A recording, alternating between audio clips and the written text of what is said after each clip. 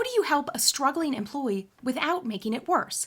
Whether you're a new manager that's taking over a team, or you've managed someone for a while and they just don't seem to get it, it can feel really frustrating. But how you act as a manager can impact not just what happens with that team member, but what happens with the rest of your team. So in this video, I'll talk about 3 tips that can help you, especially if you're getting ready to have a difficult conversation and need a bit of refreshers. So first, and this is actually maybe a bonus tip, is when you're getting ready to have that conversation, make sure you're in the right mindset. Because you may be really frustrated. Like someone may have made a mistake or they've made a series of mistakes, but this one's really embarrassing or getting a lot of attention.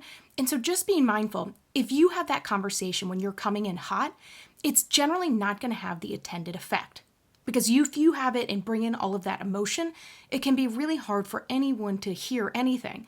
And so if your idea is for that person to do things differently, they may be so shell-shocked from that conversation that they don't even hear what you're trying to say. And so just knowing, to make sure that you're not having a conversation you later regret, just pause. Even if it's, whether it's a few minutes, a few days, or a period of time, it's important to have that near in time, but not when you're so emotional. Because you also may be thinking, like, I just need to make a change, this isn't going to get better. But remembering, the person that did that, whatever they did, are a human.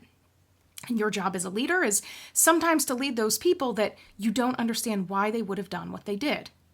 But knowing that as a human, it's important that situations do feel fair to that person and everybody else, because often other people on your team are looking at how situations have handled. So they want to make sure that if someone's messing up, that you are holding them accountable and talking to them. Like nobody wants the person on their team who's making mistakes not to have that conversation with them, but to also do it in a human way.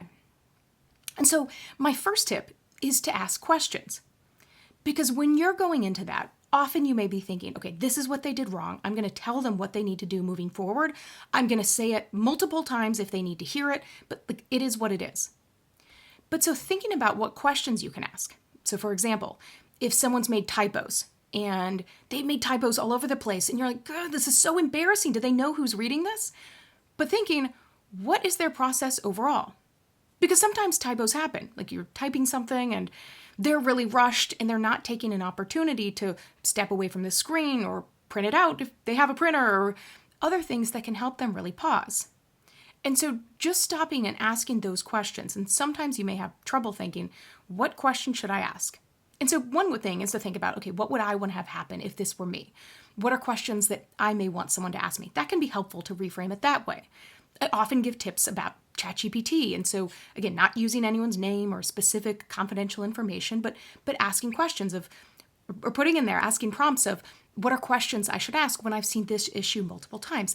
That can be helpful in a pinch. But just starting out and asking questions can be incredibly helpful to make the conversation productive. Because also, the second tip is to communicate about the purpose of why you're having this conversation. Because sometimes you may have it with someone who just has their head down. They may be embarrassed. They may be feeling all of those emotions. But knowing as a human, you may think as a manager, I don't want to babysit them. But communicating them and saying, this is to help you. I want to help you be successful in this job and in your career and to understand these things. That's why I'm telling you this. I could, skip and not say anything, but it's really important to make sure that you understand why I'm having this conversation, that I do want to help you. And thinking about ways to say that to give that reassurance to people. Because frequently, you may think, okay, well, they know I'm their boss. My job is to help them. But the second that you start having a performance conversation with someone, all too often, people think, I'm getting fired. And so just having that communication and showing those levels of support can mean so much.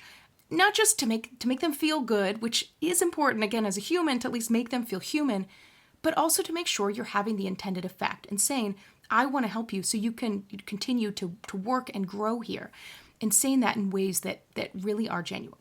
And the last tip is to commit to doing something, whether it's talking to them. So again, as a manager, you shouldn't just be coming up with the plan together, but the idea is to help them figure out how to have a plan. What are things that they can try? And then following up on those. Because frequently people may have a conversation with their manager and they agree on things and their manager's like, great, we'll check in on this. And then that topic is never spoken about again. But so something, especially if your employee's been struggling and making mistakes or having performance issues, checking in with them In doing it in your next one-on-one, so just making sure to add that, whether you have a shared agenda or in your calendar entry or things like that. But even just putting something in a few days' time on your calendar and checking in. And again, doing that in a way that's supportive. Because having that follow through can do so many things. And you may think like it's just a check-in, but think about that on the other side. And maybe any time in your career that you've had a manager, whether you've had a manager that's said they were going to do something and then you never heard about it again, or if you had a manager that just took the time to check on you. Again, because every situation, and especially those really hard ones that as a manager, may be situations where someone doesn't work out. They may choose to leave, or you may have to make that decision, and that can be really hard. But how you handle that, and that it's fair, and that you're giving people opportunities can help. It can help that person. It can also help you as a manager think about for the other team members and those new ones to come.